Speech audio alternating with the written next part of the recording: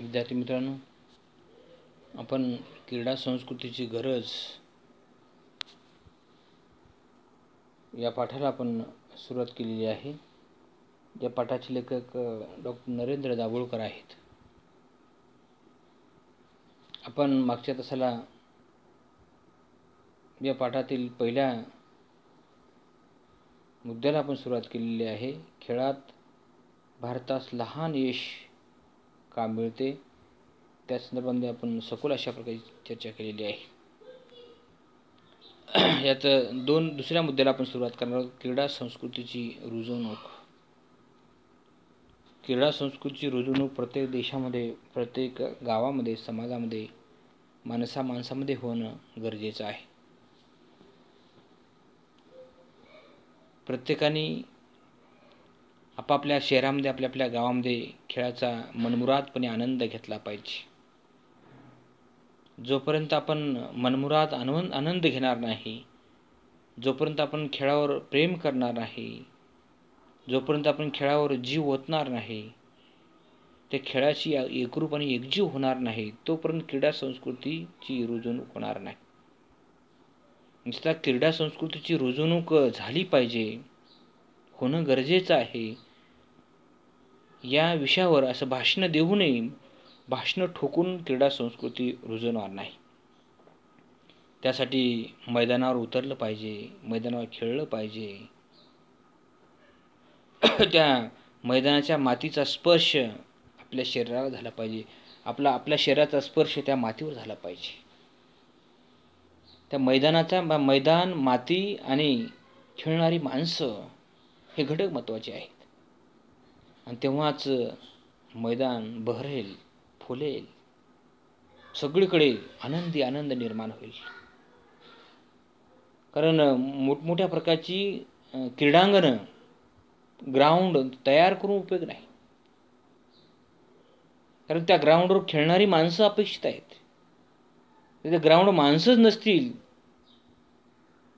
ते क्रीडांगण म्हणजे स्मशानभूमी होईल मुलांना. कारण अशा प्रकारचं वातावरण या क्रीडा संस्कृती रुजण्यासाठी अपेक्षित नाही. क्रीडांगणाला, मैदानाला, ग्राउंडला आणि त्यावर खेळण्यासाठी जी माणसं आहेत, हे अशा प्रकारचं सुसंगत वातावरण तयार होणं गरजेचं आहे. तेव्हाच क्रीडा संस्कृती फोफावेल, तेव्हाच क्रीडा संस्कृती विकास पावेल, तेव्हाच क्रीडा संस्कृती डेव्हलपमेंट होईल. आणि त्या काहीच होणार नाही. आणि खेळण्यासाठी ज्या काही गोष्टी लागतात, त्या गोष्टीसुद्धा खेळणाऱ्या माणसाला मिळणं गरजेचं आहे. कारण असे काही बरेच खेळ आहेत, ते खेळ मैदानावर, ग्राउंडवर सहजपणे खेळता येतात. त्यासाठी पैशाची गरज सुद्धा लागत नाही. आणि ज्या खेळांना पैसा लागतो, तिथे मात्र आर्थिक सुबत्ता असणं गरजेचं आहे. त्याशिवाय ते खेळ खेळले जात नाही, त्या खेळाचा विकास होत नाही. आणि अशा सर्वच संमिश्रणातून क्रीडा संस्कृती तयार होते आणि त्या तयार सुद्धा होणार नाही. आणि म्हणून हे क्रीडा संस्कृती वृद्धिंगत करण्यासाठी माझ्यासारख्या एकट्या माणसाने ही क्रीडा संस्कृती फुलणार नाही. क्रीडा संस्कृती समृद्ध करण्यामध्ये प्रत्येक भारतीय माणसाचा, प्रत्येक त्या देशातल्या माणसाचा महत्त्वाचा वाटा आहे. आणि त्या देशातले प्रत्येक माणसं, लहान असो की मोठी असो, स्त्री असो की पुरुष असो, लहान बालका असो की मोठी माणसं असो, हे सर्वच मैदानाकडे वळले पाहिजे. आपल्या गावामध्ये, आपल्या जिल्ह्यामध्ये अनेक मैदान आहेत. तसं तर मोठ्या महानगरामध्ये लोकसंख्या इतकी वाढायला लागलेली आहे, खेळण्यासाठी जागा शिल्लक राहिली नाही. इमारती टोलेजंग इमारती उभे टाकत आहेत. त्यामुळे एक 5 मिनिट 10 मिनिटं फिरण्यासाठी, खेळण्यासाठी जागासुद्धा शिल्लक राहिली नाही. आणि ज्या ठिकाणी मुद्दामून लोकांच्या आरोग्याची काळजी घेत ज्या ठिकाणी अशा प्रकारच्या सुविधा उपलब्ध करून दिलेल्या आहेत, त्या ठिकाणी त्याचा फायदा घेण्यास कोणीच नाही. म्हणून प्रत्येक माणूस मैदानाकडे वळणं गरजेचं आहे. किती माणसं आपल्या घरातील, आपल्या कुटुंबातील, समाजातील, कॉलनीतील लोक मैदानावर फिरायला जातात, खेळायला जातात, वॉकिंग करायला जातात. म्हणून सध्या तरी मैदानाकडे वळण्याची प्रचंड अशी गरज आहे मुलांना. इतके आजार वाढायला लागलेले आहेत आणि शहरामध्ये प्रत्येक माणूस ऐदी झालेला आहे. आरामाचं जीवन जगणं त्याला आवडायला लागलेलं आहे. शरीराला संघर्ष, शरीराला व्यायाम, वॉकिंग करणे, पळणे, उड्या मारणे, व्यायाम करणे या गोष्टी नकोशा झालेल्या आहेत. म्हणून मैदानाकडे वळणे काळाची गरज झालेली आहे. आजार इतके वाढायला लागलेले आहेत कारण शरीराला सध्या चांगलं वळण लावणं गरजेचं आहे. मग चांगले वळण लावण्यासाठी मग ठिकाण कोणतं आहे? मग क्रीडांगणच आहे. त्याशिवाय पर्याय नाही मुलांनो. आपण सामने तासन तास पाहतो मुलांनो, तासन तास पाहतो. आपल्याला दुसरे खेळ जे खेळतात ते पाहायला आवडतं. आपल्याला वाटतं इतरांनी ग्राउंडवर जावे, इतरांनी खेळावेत, इतरांनी व्यायाम करावेत. मी मात्र माझ्या शरीराला थोडाही त्रास देणार नाही. माझ्या दुसऱ्यांच्या शरीरातून घाम बाहेर निघाला पाहिजे. माझ्या शरीरातून तसूभरही किंचितही एक थेंब सुद्धा नाही निघाला पाहिजे. अशा प्रकारचं चित्र जर निर्माण होत असेल मग क्रीडा संस्कृती कशी वाढेल? वाढणारच नाही मुलांना. जसं आपण सामना टीव्हीवर, रेडिओवर तासन तास पाहतो, तसं आपण तासन तास स्वतः खेळलं पाहिजे ना. आधी खेळलं पाहिजे, मग सांगितलं पाहिजे. क्रीडा संस्कृती तत्वज्ञान या पाठाचे लेखक जे आहेत डॉक्टर नरेंद्र दाभोळकर, हे आधी केले मग सांगितले. हे राष्ट्रीय, आंतरराष्ट्रीय स्तरावर कबड्डी हा खेळ प्रत्यक्ष खेळलेले आहेत. यांना राष्ट्रीय युवा छत्रपती पुरस्कार सुद्धा मिळालेला आहे. अशा प्रकारचं व्यक्तिमत्व डॉक्टर नरेंद्र दाभोळकर आहे. डॉक्टर नरेंद्र दाभोळकरांना ही सभोवताची परिस्थिती पाहावीशी वाटत नाही, पाहावंसं वाटत नाही. म्हणून त्यांनी पाठ लिहिलेला आहे. कमीत कमी मुलावर तरी या पाठाचे संस्कार झाले पाहिजेत आणि नवी पिढी क्रीडा संस्कृती अतिशय सशक्त आणि सक्षम करण्यामध्ये हीच पिढी महत्त्वाची आहे. आपण खेळाच्या बाबतीमध्ये रिकामी चर्चा करतो. अमेरिका असा खेळतो, भारत असा, अमेरिका असा खेळतो, चीन तसा, दक्षिण आफ्रिका असा आहे, रशिया तसा आहे, जपान तसा आहे. फुकटची चर्चा करतो. पण ती चर्चा यशस्वी करण्यासाठी कोणीच पुढे येत नाही, कोणीच पुढाकार घेत नाही. कारण आपण अगोदर स्वतः सुरुवात केली पाहिजे. स्वतःच्या घरापासून सुरू केलं पाहिजे, स्वतःच्या गावापासून, स्वतःच्या समाजापासून सुरुवात केली पाहिजे. ही चळवळ आहे. राजकारण असेल, शिक्षण असेल, क्रीडा असेल, अभ्यास असेल, वाचन असेल, ह्या सर्व गोष्टी चळवळ आहेत मुलांना. चळवळीमध्ये योगदान देणं महत्त्वाचं आहे. नुसती चळवळ वाढली पाहिजे, चळवळ सुरू झाली पाहिजे, चळवळ प्रत्येक माणसामध्ये मुरली पाहिजे असं म्हणल्यामुळे चळवळ मुरणार नाही मुलांना.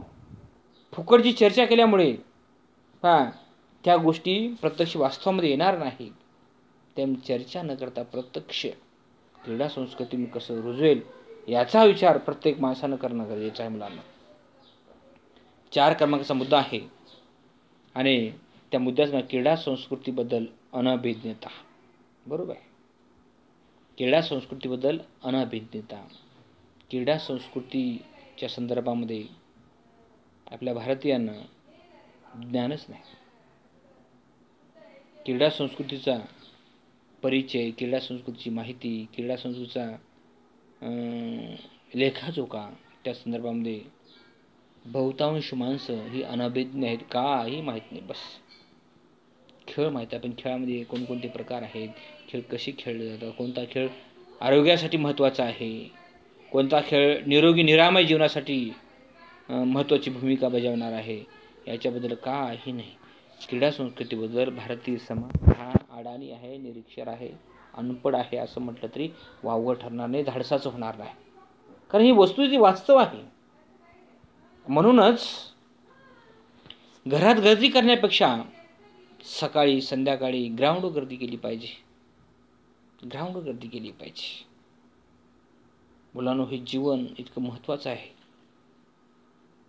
या जीवनातला प्रत्येक शरीरातल्या प्रत्येक अवयवाला एक वळण, संस्कार, लवचिकता येणं गरजेचं आहे.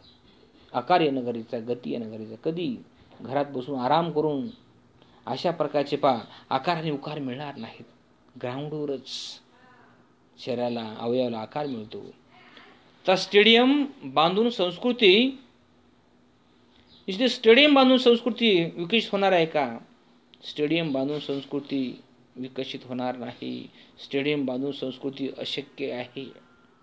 त्यासाठी माणसं ग्राउंडवर गेली पाहिजे, खेळली पाहिजेत. आपल्या इथं असं आहे की इथं हे स्टेडियम झालं पाहिजे, इथं हे ग्राउंड झालं पाहिजे. पण त्या ग्राउंडवर खेळणारी किती माणसं आहेत, त्याचा उपभोग घेणारी किती माणसं आहेत? हे जे ग्राउंड आहे, हे जे मैदान आहे, आपल्यासाठी आहे, सर्वांसाठी आहे, सर्व माणसासाठी आहे, समाजासाठी आहे. त्याचा पुरेपूर उपभोग घेणारी माणसं किती आहेत? घेतात तर किती घेतात, मग घेत नाही तर का घेत नाहीत, याची कारणमीमांसा कोणीच करायला तयार नाही मुलांना. म्हणूनच प्रचंड प्रमाणामध्ये आवासून आजार आणि विकार तयार झालेले आहेत. भारतीय समाज ग्राउंडवर दिसत नाही, म्हणूनच दवाखान्यात गर्दी वाढायला लागलेली आहे. हॉस्पिटल फुल सुरू आहेत. त्याचं कारण ते आहे मुलांना. आपण आपल्या शरीरामध्ये जे विकार आणि आजार तयार व्हायला लागलेत, त्याला जबाबदार आपणच आहोत मुलांना. म्हणून स्टेडियम बहरण्यासाठी प्रत्येक माणसाने प्रयत्न करणं गरजेचं आहे. आणि आपण जे ग्राउंडवर मैदानावर जे काही खेळ खेळतो, ते खेळही भारतातल्या प्रत्येक माणसाला, सामान्य माणसापासून ते असामान्य माणसापर्यंत हे खेळ परवडले पाहिजेत. आपल्या देशामध्ये असे कितीतरी खेळ आहेत ते सर्वसामान्य माणसाला परवडणार नाहीत. अशा प्रकारचे महागडे, खर्चिक अशा प्रकारचे खेळ आहेत. आणि या महागड्या खेळापासून हे जे जीवन आहे, हे जीवन कशा पद्धतीने चालू शकेल आपल्याला, याचा विचार झाला पाहिजे. ठीक आहे, क्रीडा संस्कृती बहरली पाहिजे, फुलली पाहिजेत, गतिमान झाली पाहिजे, समृद्ध झाली पाहिजे, हे प्रत्येकाला वाटत आहे. परंतु ग्राउंडवर मैदानावर खेळण्यासाठी खेळ सुद्धा परवडले पाहिजेत. असे बरेच खेळ आहेत की त्या खेळाचे जे अवजार आहेत, साधनसामुग्री आहे, ती साधनसामुग्री खरेदी करण्यासाठी, घेण्यासाठी परवडली सुद्धा पाहिजे. त्याचा विचार करणं गरजेचं आहे. आणि अशा प्रकारचे अनेक खेळ आहेत. हा खेळ महत्त्वाचा आहे, तो खेळ दुय्यम आहे, तो खेळ महत्त्वाचा नाही, अशा प्रकारचे शिक्के मारले जाऊ नयेत. आता उदाहरणामध्ये क्रिकेट हा महत्त्वाचा खेळ आहे आणि इतर खेळ दुय्यम आहेत असं म्हणून चालेल का? असं म्हणून चालेल नाही. जे क्रिकेटची जी साधनसामुग्री आहे, बॉल आहे, बॅट आहे, इतर जे साधनसामुग्री आहेत, ते सर्वसामान्य माणसाला घेण्यासाठी परवडली पाहिजेत ना. अशा प्रकारचे खेळ हा खेळच असला पाहिजे. हा खेळ महत्त्वाचा, तो खेळ महत्त्वाचा, हा महागडा, हा स्वस्त, यापासून पैसे मिळतात, त्यापासून पैशासाठी खेळता कामा नये. पैशासाठी पैसे मिळतात म्हणून ग्राउंडवर उतरता कामा नये. आपल्या आरोग्यासाठी, आपल्या शरीरासाठी ग्राउंडवर जाणं गरजेचं आहे. तेव्हा अशा प्रकारे या देशातला प्रत्येक नागरिक खेळाकडे सजग आणि सचेतन जर पाहायला लागला, निश्चितपणे क्रीडा संस्कृती बहरेल, यात दुमत अजिबात नाही. शाळकरी जी मुलं आहेत, शाळेत जाणारे, महाविद्यालयात जाणारे, यांना खेळाच्या बाबतीमध्ये, क्रीडा संस्कृतीच्या बाबतीमध्ये शून्य ज्ञान आहे. कोणी ते सांगितलंच नाही त्यांना. कोणी सांगितलं नाही, कोणी समजावून दिलं नाही, ते कोणी महत्त्व पटवून दिलेलं नाही. आणि खेळ कोणकोणत्या प्रकारचे खेळ आहेत, ते खेळ काय खेळले जावेत, अशा प्रकारचं ज्ञान विद्यार्थ्यांना मिळणं सुद्धा गरजेचं आहे. म्हणून महागड्या खेळाने संस्कृती अशक्य आहे. खेळ न खेळता खेळाचा पाया अशक्य आहे. खेळाचं बेसमेंट जर आपल्याला तयार करायचं असेल तर खेळणं महत्त्वाचं आहे ना. क्रीडा संस्कृतीचा पाया कसा भरेल, क्रीडा संस्कृतीचा पाया भक्कम कसा होईल? प्रत्येक माणसाने ग्राउंडवर, मैदानावर जर खेळले तरच क्रीडा संस्कृती भक्कम होईल, सशक्त होईल, तंदुरुस्त होईल. भारत हा खेळांचा देश आहे, अशा प्रकारे आपण ताठ मानेने स्वाभिमान आपण सांगू शकाल. जर माणसं जर कोणी खेळत नसतील तर भारत हा खेळाचा देश म्हणून कसं सांगता येईल मुलांना? सांगता येणार नाही. ही कागदोपत्री अशा प्रकारच्या नोंदी करता येणार नाहीत. प्रत्यक्ष काय, प्रॅक्टिकलमध्ये काय आहे याचा विचार करणं गरजेचं आहे. अनेक प्रकारचे खेळ आहेत, त्यामध्ये शूटिंग आहे, टेनिस आहे. आपण मैदानावर, ग्राउंडवर न खेळता आपण शूटिंग आणि टेनिसची आपण पदकाची अपेक्षा करतो. आपण त्या खेळासाठी किती योगदान देतो, किती जीव ओततो, त्या खेळाशी किती एकजीव आणि एकरूप होतो. आपण त्या खेळाच्या संदर्भामध्ये आपण मेहनत किती घेतो, आपण जिद्द आणि चिकाटी आपल्यामध्ये किती आहे याचा विचार करणं गरजेचं आहे. आपल्याला वाटतं नाही, एखादा शूटिंग आणि समजा टेनिसमध्ये एखादा खेळाडू खेळत असेल तर आपल्याला पदक मिळालं पाहिजे बरं का. ते पदक, तो खेळाडू खेळत असताना आपण पदक मिळण्यासाठी आपण त्या टीव्हीच्या समोर तासनतास बसतो. पण असं तासनतास बसल्यामुळे पदकं मिळतात का? मिळणार नाही. अपेक्षा व्यक्त केल्यामुळे पदकं मिळतात का? मिळणार नाही. कारण त्या खेळामध्ये आपलं कॉन्ट्रिब्युशन महत्त्वाचं आहे. त्या खेळाशी एकजीवता, त्या खेळामध्ये रियाज, श्रम, आराधना, साधना या गोष्टी महत्त्वाच्या आहेत. तेव्हाच खेळामध्ये आपण उत्तम कामगिरी करू शकतो, अन्यथा करू शकत नाही.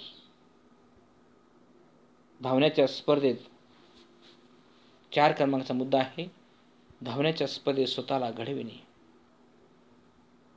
रस्त्याने, रोडने, मैदानावर, बगीच्यामध्ये, गार्डनवर, विद्यापीठामध्ये धावण्याच्या स्पर्धेमध्ये किती विद्यार्थी भाग घेतात, किती विद्यार्थ्यांना माणसांना पळता येतं, किती विद्यार्थी माणसं वॉकिंग करतात, जॉगिंग करतात, ह्या गोष्टी महत्त्वाच्या आहेत. धावण्याच्या स्पर्धेमध्ये भाग घेता सहभागी होता माणूस स्वतःच्या जीवनात स्वतःचं जीवन आकाराला येतं, स्वतःचं जीवन घडू शकतं. असे अनेक महत्त्वाचे विचार लेखकांनी या पाठामध्ये मांडलेले आहे. आणि त्या अनुषंगाने म्हणूनच डॉक्टर नरेंद्र दाभोळकरांचा विचार आपल्या सर्वांना महत्त्वाचा वाटतो. खरंच आजच्या 21व्या शतकात तरी ज्याच्या जागतिकीकरणामध्ये, ग्लोबलायझेशनमध्ये तरी क्रीडा संस्कृती नितांत गरज आहे.